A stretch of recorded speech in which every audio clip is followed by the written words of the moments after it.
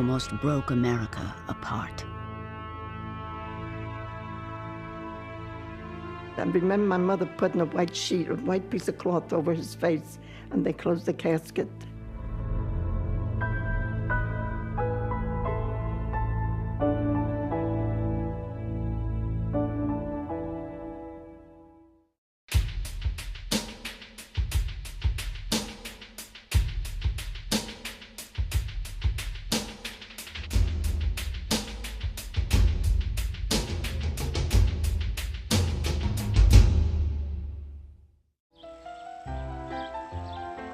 In 1918, the United States was a vigorous young nation, leading the world into the modern age. All our fears and anxieties were directed toward Europe, where the war raged. At home, we were safe. William Maxwell was growing up in Lincoln, Illinois. In 1918, Lincoln was a town of 12,000 people. It was perhaps 50 years old, just time enough for the trees to mature so that the branches met over the sidewalks. The yards were large, and children played in clusters in the summer evenings. On Sunday morning, the church bells were pretty to hear, but my father had had enough of church going, so we went fishing on Sunday out in the country with a picnic. It was a life not very much impinged on by the outside world.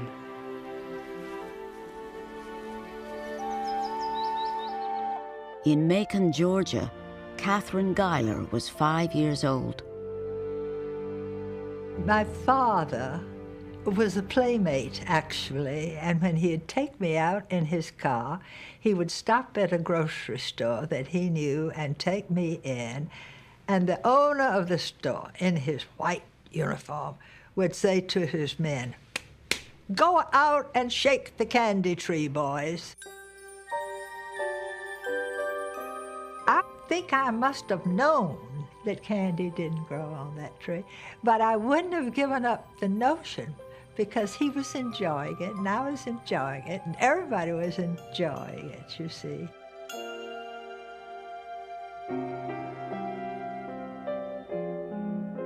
For a young newspaper woman in Denver, Catherine Ann Porter, life was like a romantic novel.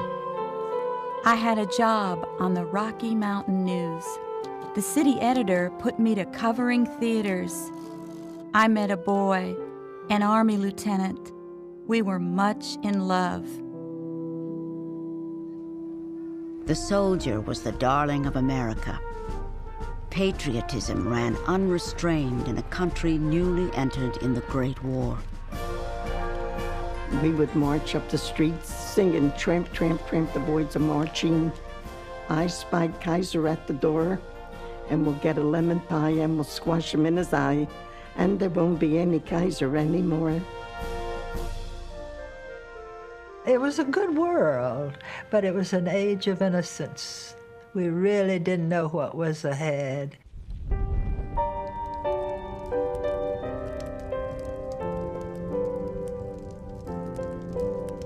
Some say it began in the spring of 1918, when soldiers at Fort Riley, Kansas burned tons of manure.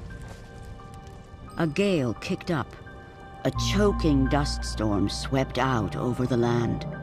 A stinging, stinking yellow haze. The sun went dead black in Kansas. 2 days later, on March 11th, 1918, an Army private reported to the camp hospital before breakfast. He had a fever, sore throat, headache, nothing serious. 1 minute later, another soldier showed up. By noon, the hospital had over 100 cases. In a week, 500.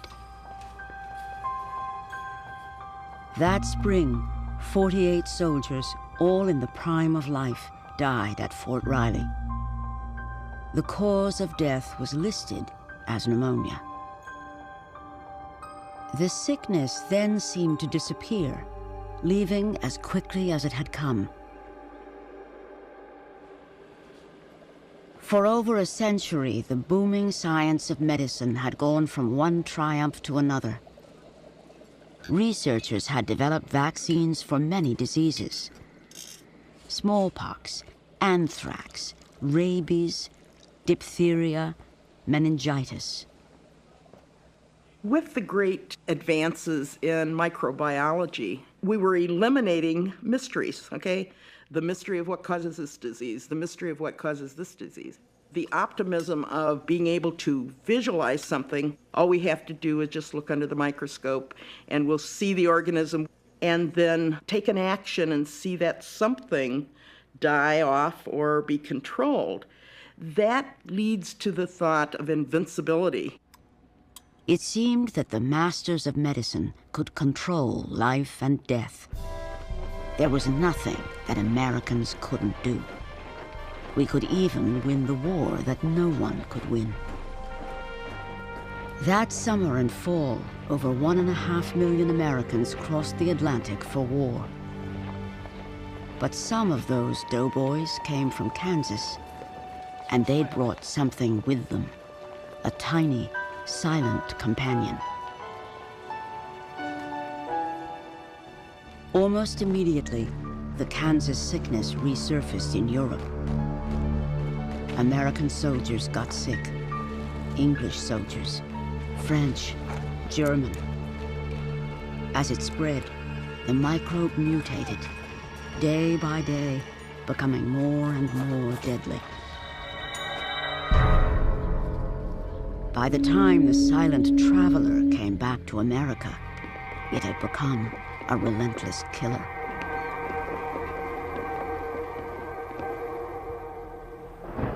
On a rainy day in September, Dr. Victor Vaughan, acting Surgeon General of the Army, received urgent orders. Proceed to a base near Boston called Camp Devens. Devens was about to change Dr. Vaughan's world forever. I saw hundreds of young, stalwart men in uniform coming into the wards of the hospital. Every bed was full, yet others crowded in. The faces wore a bluish cast. A cough brought up the blood-stained sputum.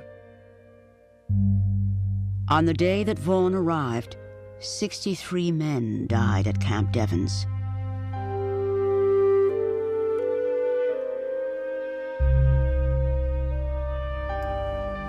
An autopsy revealed lungs that were swollen, filled with fluid, and strangely blue. Doctors were stunned. What in the name of God was happening to these lungs? When the strange new disease was finally identified, it turned out to be a very old and familiar one: influenza, the flu. But it was unlike any flu that anyone had ever seen.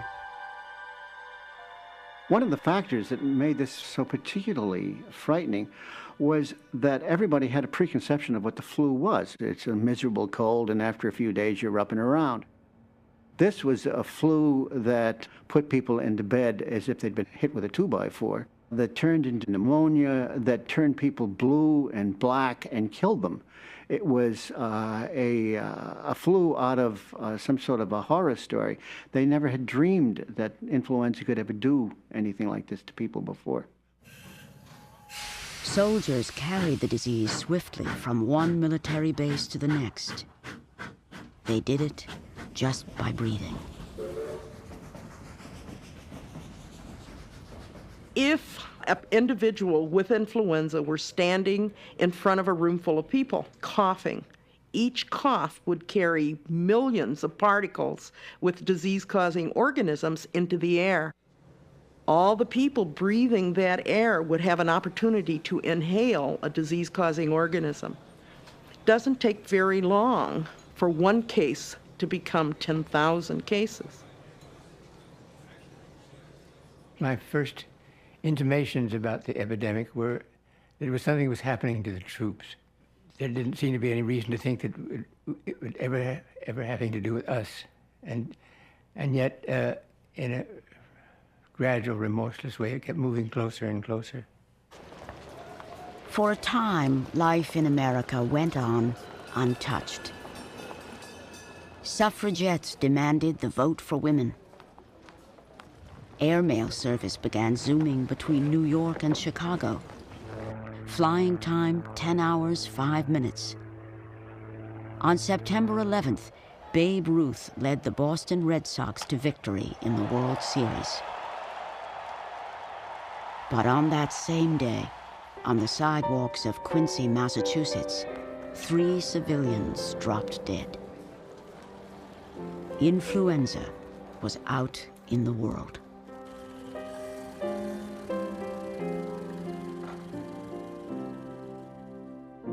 From Boston, the disease moved down the eastern seaboard to New York, to Philadelphia, and beyond.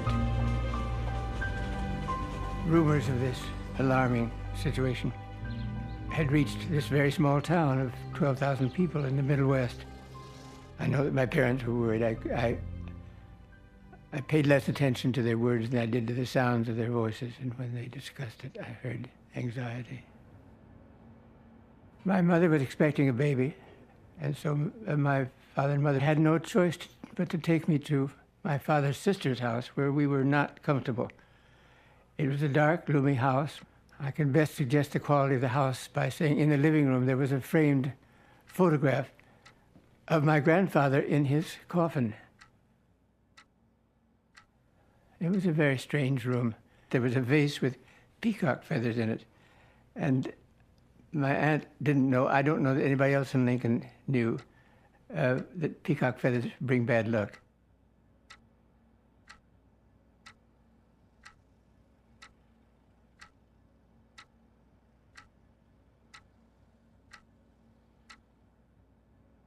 The first time that I was aware that something was amiss in our normal living was when my father told me, son, most of the employees are sick.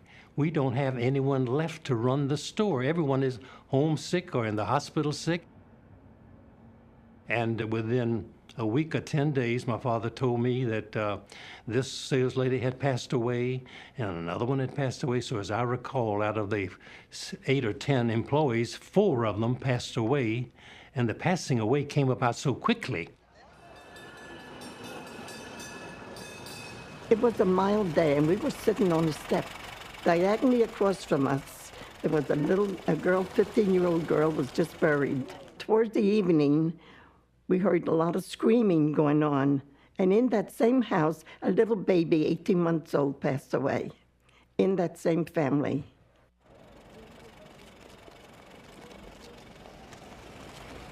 For a physician, it must have been very, very confusing, being confronted with patients that come to you and within 12 hours before you even have a chance to do anything, they're dead. This was happening too fast.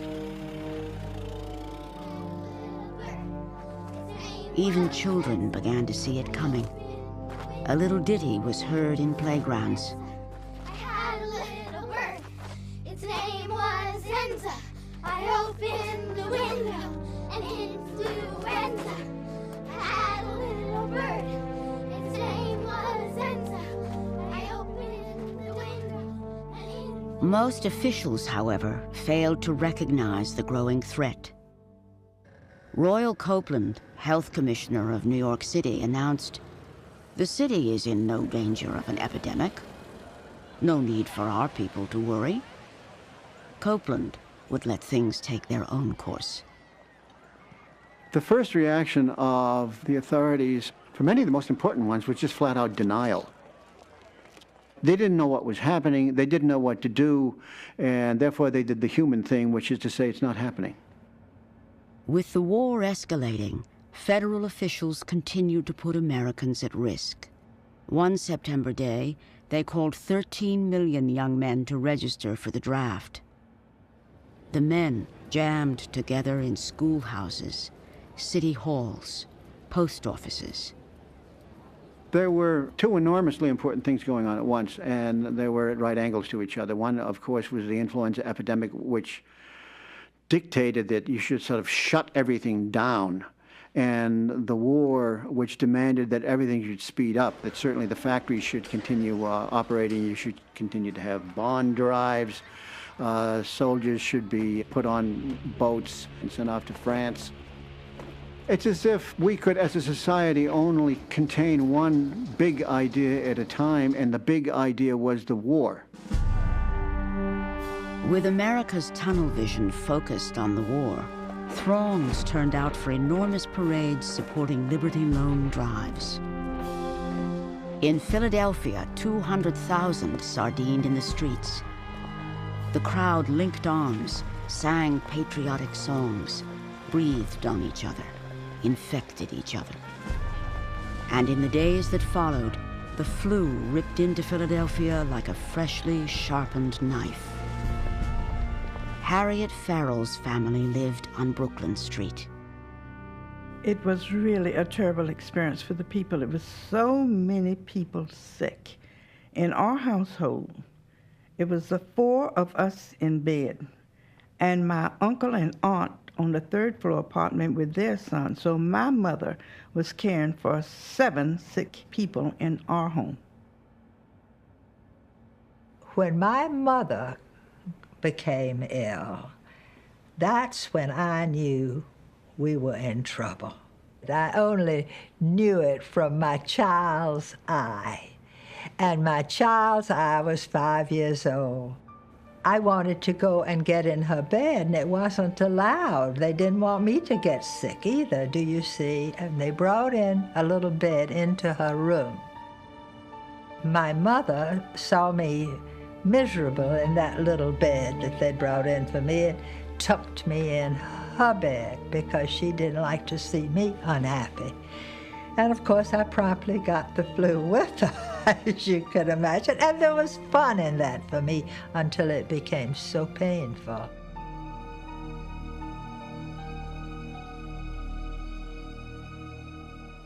I was a skinny little boy with an enormous appetite.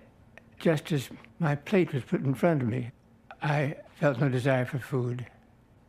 My aunt put her hand on my forehead and got up from the table and took me upstairs and put me to bed because I had a high fever. And I think what happened was that I slept and slept and slept and slept.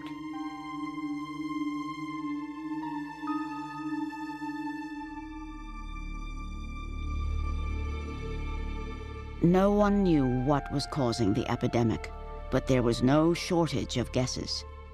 There were rumors that ran rampant of all types and sizes.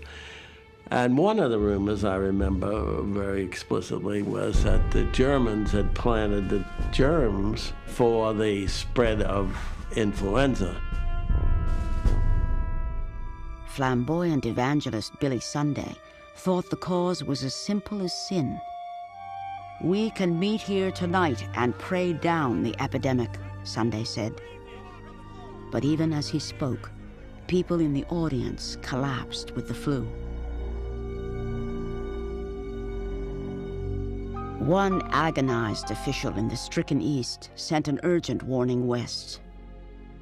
"Hunt up your woodworkers and set them to making coffins. Then take your street laborers and set them to digging graves."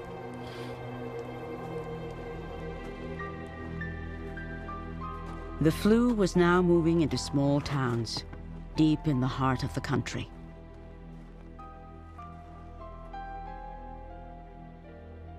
Lee Ray was living in Meadow, Utah. We were very concerned in our town because it was moving south down the highway, and we were next.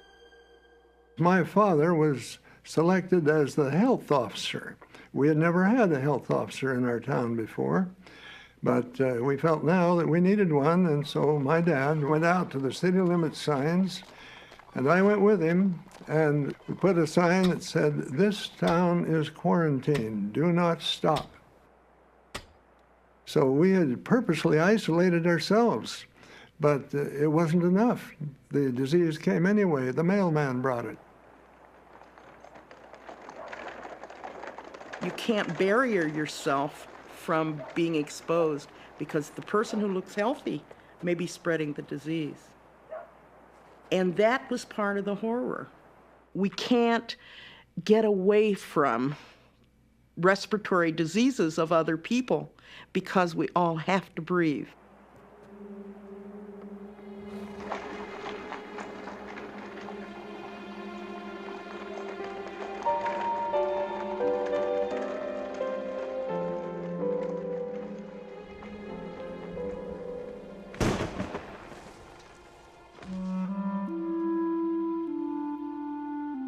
In Denver, Catherine Ann Porter's romance was cut short.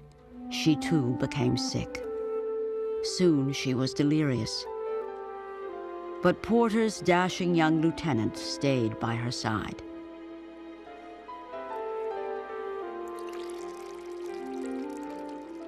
He was so patient with me those nights when I was sick, getting me things and always just sitting there. When I would wake up, he would be there. Her fever rose so high that her hair turned white, then fell out. There was only that pain, only that room. There was only this one moment, and it was a dream of time. I remember that time was a blur as I was lying in that little upstairs room, and I would wake up and it would be daylight, and I'd wake up, the next time I woke up it would be dark. And it might be dark when I woke up, it might be daylight. I had no sense of day and night, and I felt sick and hollow inside. An influenza. I had a little bird. His name was Enza. I opened the window. And influenza. Hospitals overflowed. Emergency relief centers sprang up in parks and playgrounds. But practically every available doctor and nurse had been sent to Europe. The ones who remained were asked to perform the impossible. Near Chicago, a young nurse named Josie Mabel Brown arrived at Great Lakes Naval Station and was promptly assigned a ward with 42 beds. And she walked into the ward, and not only were the 42 beds full, but there were boys that were laying on the floors and on the stretchers waiting for that boy in the bed to die. They were having raging fevers and delirium and profuse nosebleeds, and their lungs would collapse and it would go into this horrid bloody pneumonia. When the 1918 flu killed, which it so often did, it killed because of what it did to the lungs. It filled up the lungs with fluid, and so these people drowned. Only they didn't drown in the Atlantic Ocean, they drowned in their own fluids.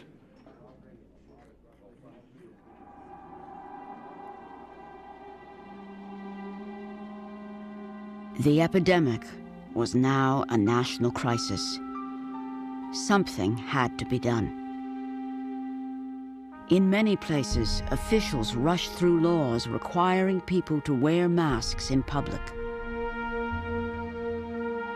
All of America, it seemed, put on masks.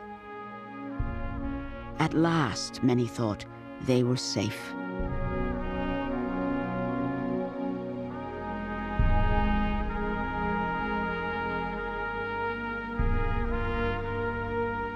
But masks didn't help. They were thin and porous, no serious restraint to tiny microbes. It was like trying to keep out dust with chicken wire. In Washington, D.C., Commissioner Louis Brownlow banned all public gatherings. He closed the city's schools, theaters, and bars. He quarantined the sick. He did everything he had the power to do. But the death rate in Washington kept rising. A resolution shot through Congress giving the Public Health Service $1 million to fight the flu. Biochemists around the country worked feverishly to develop a vaccine. Hundreds were produced. Then, a researcher in Massachusetts came up with the most promising solution. Hopes rose. Perhaps a cure was at hand. San Francisco's mayor wired for a huge shipment. A special envoy carried the vaccine across the country on the Fleet 20th Century Express. Soon, over 18,000 people in the city had been inoculated. But even vaccines didn't help. They thought it was caused by a bacteria, so they made up a vaccine with the bacteria they thought was influenza. But you can't make a vaccine if you're looking at the wrong causative organism. They were on the wrong track. Influenza was caused by a virus.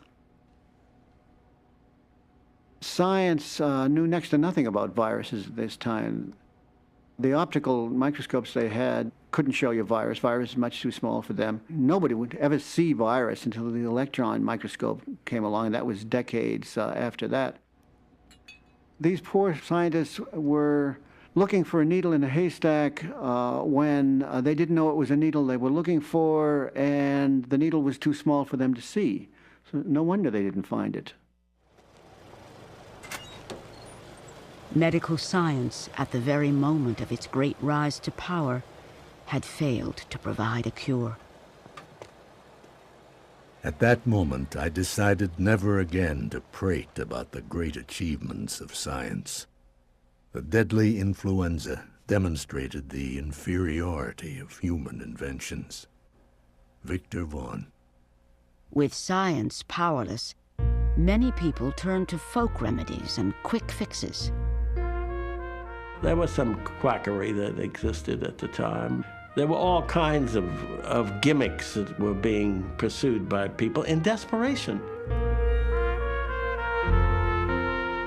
I had camphor balls in a little sack around my neck. I know I couldn't stand myself, let alone somebody coming near me. I smelled so bad, I guess, in those days. We use turpentine on sugar. We use kerosene on sugar, a few drops. You could smell this medication before you got too close to them. But it wasn't too bad because so many people had these different type medications until we were all smelling bad.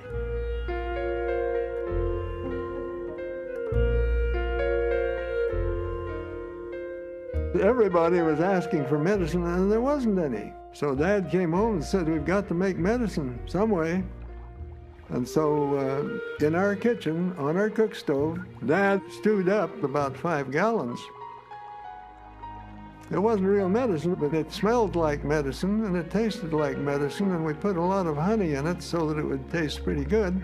And we passed it out to everyone who wanted medicine. It went in a hurry. There wasn't much left. It didn't do any harm. Most of them thought it did good. In the middle of a crisis, you have to do something. And it's certainly an American characteristic that we have to do something even if it's wrong.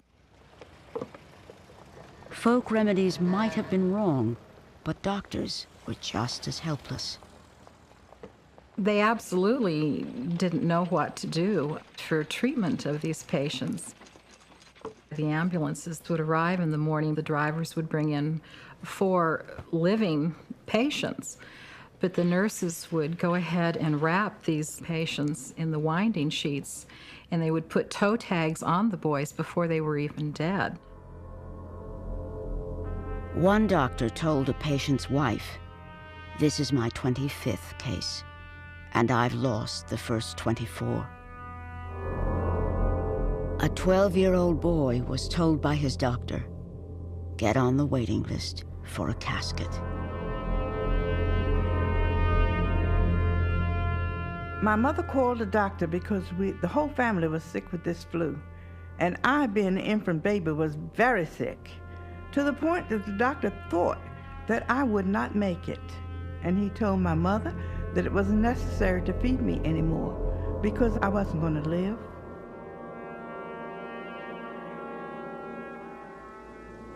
In the month of September, some 12,000 people died of influenza in America. But those numbers would be dwarfed, for the full horror now began. October would be the cruelest month. In the street, there were crepes at the door. If it was a young person, they put a white crepe at the door. If it was a middle-aged, they put a black. And if it was an elderly one, much older, they put a gray crepe at the door, signifying who died. So we were children, and we were excited to find out who died next.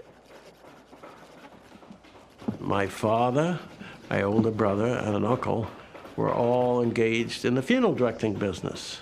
We lived in a funeral home. The influenza epidemic became so bad that the living room, the dining room were all occupied by row upon row of caskets. The fearsome part was it that these were friends of yours that were passing away. These were whole families that you knew. These were people you went to school with or went to church with. It was very eerie. Very, very eerie.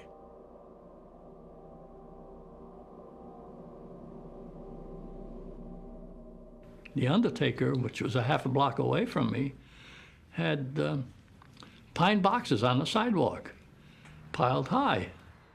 Me and my two friends would go down there and play on the boxes.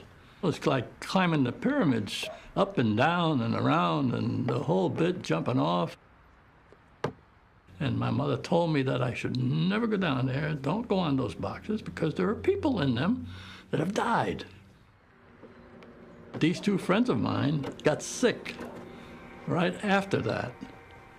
And so did I.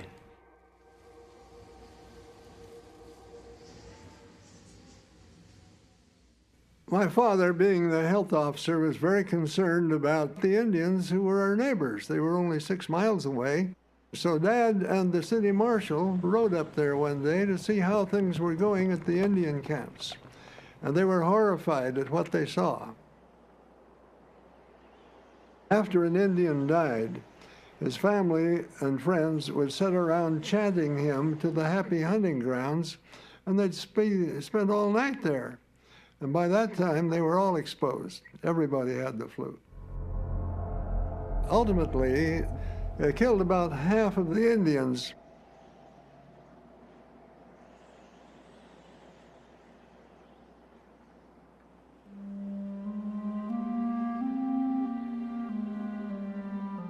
No one was safe. In Washington, Victor Vaughn was working late, trying to make sense of the hellish chaos. He uncovered an unnerving fact. Usually, influenza kills only the weak, the very young and very old. But this time, it had a different target. People in the very prime of life, from 21 to 29, were the most vulnerable of all. This infection, like war, kills the young, vigorous, robust adults. The husky male either made a speedy and rather abrupt recovery, or was likely to die. The situation was upside down and backwards. A disease that's supposed to be a mild disease is killing people. The people it's killing are the strongest members, the most robust members of our society. For example, soldiers. In Europe, the flu was devastating both sides. 70,000 American soldiers were sick. In some units, the flu killed 80% of the men. General John Pershing made a desperate plea for reinforcements. But that would mean sending soldiers across the Atlantic on troop ships. There's nothing more crowded than a troop ship. It's just being jammed in there like sardines, and if somebody has a respiratory disease, everybody's going to get it. President Woodrow Wilson now faced an agonizing decision. Sending the soldiers would be signing thousands of death warrants. Wilson gazed out his office window. After a long moment, he nodded. The troop shipments would have to continue. And then the president turned to his aide. "I wonder if you have heard this limerick. I had a little bird, and his name was Enza." I opened the window and influenza.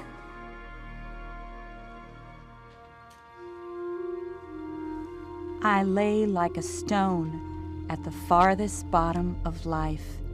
The smell of death was in my own body. Catherine Ann Porter was finally admitted to the hospital, but she was now separated from her lieutenant.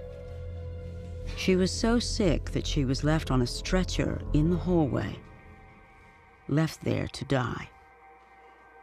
Porter's newspaper quietly set the type for her obituary.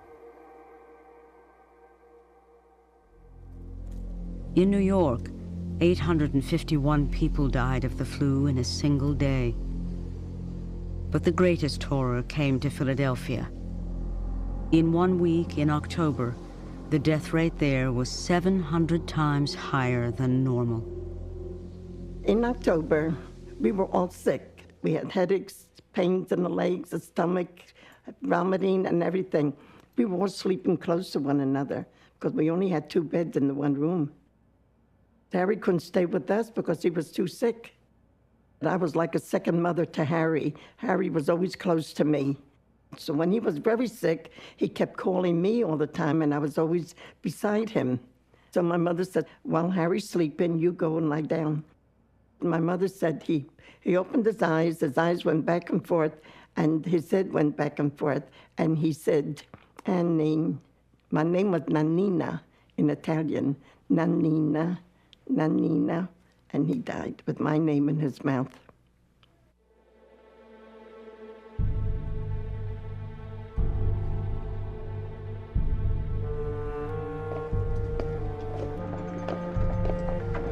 In Philadelphia, death carts roamed the city. It was a scene from the time of the Black Plague. So many people died until they were instructed to ask for wooden boxes and to put the corpse, the people, on the front porches. An open truck came through the neighborhoods and picked up the bodies. Still, the dead sometimes lay in the gutters, abandoned. Over at Potter's Field, they began to use a steam shovel to dig trenches for graves, mass graves.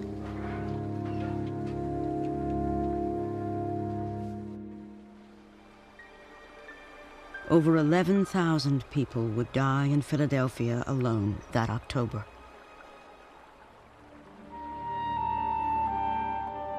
In Illinois, William Maxwell's mother had just given birth. He was still staying at his aunt's house. My only knowledge of what was going on was the telephone, which I could hear because my room was near the head of the stairs. And I heard my aunt say, "Will, oh no." And then, "If you want me to." And she came into my room and she tried to tell us what had happened, and the tears ran down her face, and so she didn't need to tell me. I knew that the worst that could happen had happened. My mother was marvelous, and when she died, the shine went out of everything.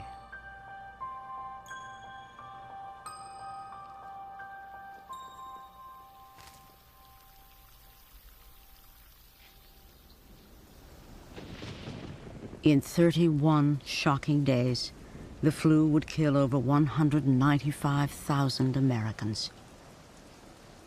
It was the deadliest month in this nation's history.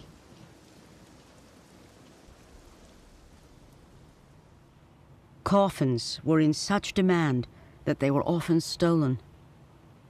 Undertakers had to place armed guards around their prized boxes. The orderly life of America began to break down. All over the country, farms and factories shut down. Schools and churches closed. Homeless children wandered the streets. Their parents vanished. The vibrant and optimistic nation seemed to be falling apart.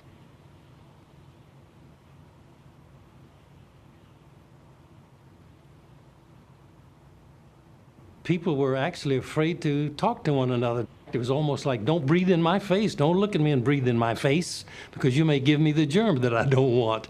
And you never knew from day to day who was going to be next on the death list.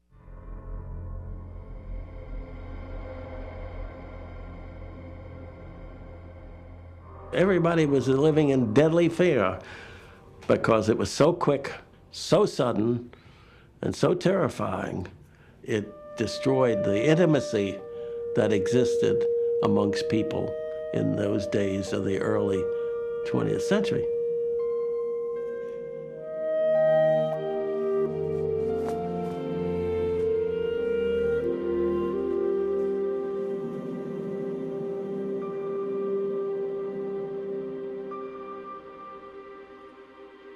An epidemic erodes social cohesiveness because the source of your danger is your fellow human beings. The source of your danger is your wife, children, parents, and so on. So if an epidemic goes on long enough and the bodies start to pile up and nobody can dig graves fast enough to put the people into them, then morality does start to break down. Violence broke out. In San Francisco, a health department inspector shot a man who refused to wear a mask. In Chicago, a worker shouted, "I'll cure them my own way," and then cut the throats of his wife and 4 children. People were surrounded by traumatic death, and they didn't have any idea how far it would go. Was it going to kill everybody? Could this be the end of the world? Is this Armageddon that the street corner ministers are preaching about? In Washington, Victor Vaughan came to a frightening conclusion. If the epidemic continues its mathematical rate of acceleration, civilization could easily disappear from the face of the earth.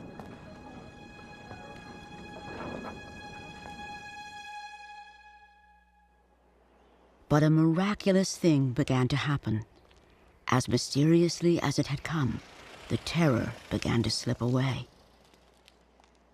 By early November, the flu had virtually disappeared from Boston. The toll in Washington fell below 50 a week. Even in ravaged Philadelphia, life was returning to normal. Then, on November 11th, the armistice ended the Great War. In San Francisco, the scene was surreal. 30,000 people paraded through the streets, all dancing, all singing, all wearing masks.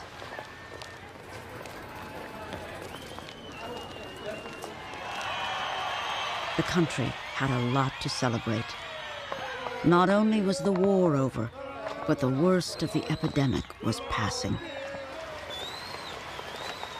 In light of our knowledge of influenza and the way it works, we do understand that it probably ran out of fuel. It ran out of people who were susceptible. It's like the firestorm.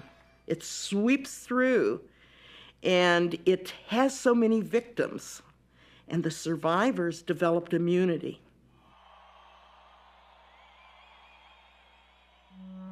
But for some survivors, like Catherine Ann Porter, the return of health was not the end of pain. Her dashing lieutenant, who had faithfully tended her, was suddenly dead himself of influenza. The lieutenant's death, Porter later said, divided her life in two. It was one of the most terrible things that ever happened to me, that he should have died and I should have lived. He died, and it seems to me that I died then.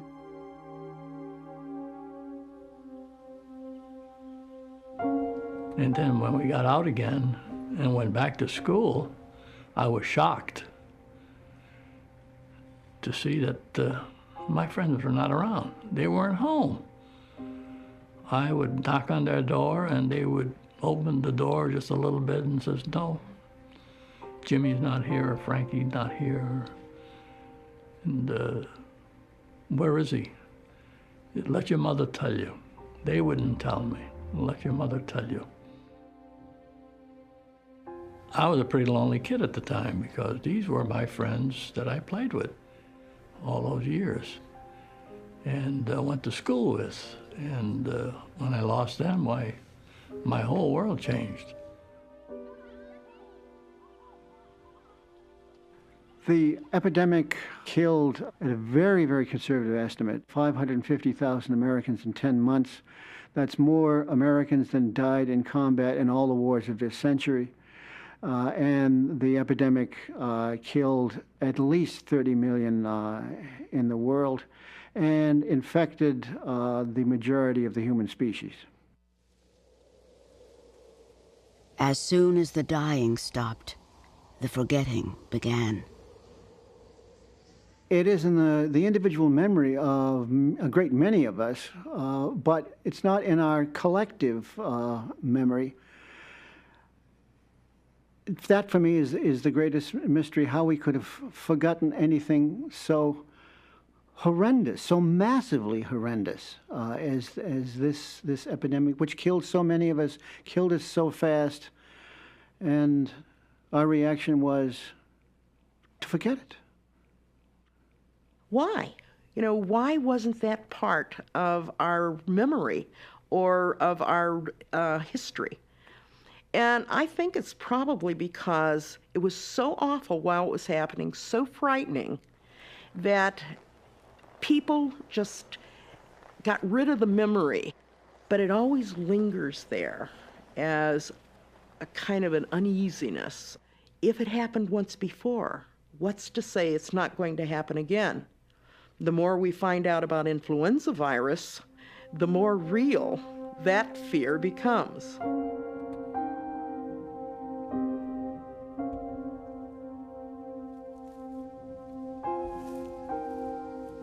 The fall of 1918 was a time of horror, a time to forget.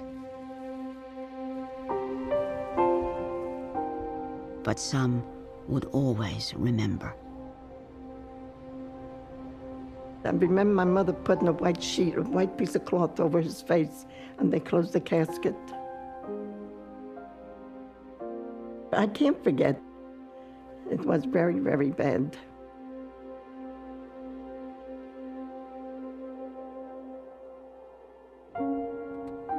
The effect of my mother's death was that I realized for the first time and forever that we were not safe. We were not beyond harm. My father did what he could. He kept us together as a family, but from that time on there was a sadness which had not existed before. There was a deep down sadness that never quite went away because I knew people aren't safe. Nobody is safe. Terrible things can happen to anybody.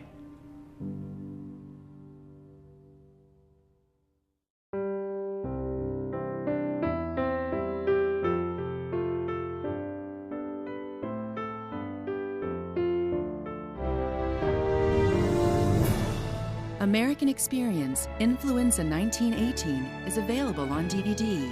To order, visit shop.pbs.org or call 1-800-PLAY-PBS.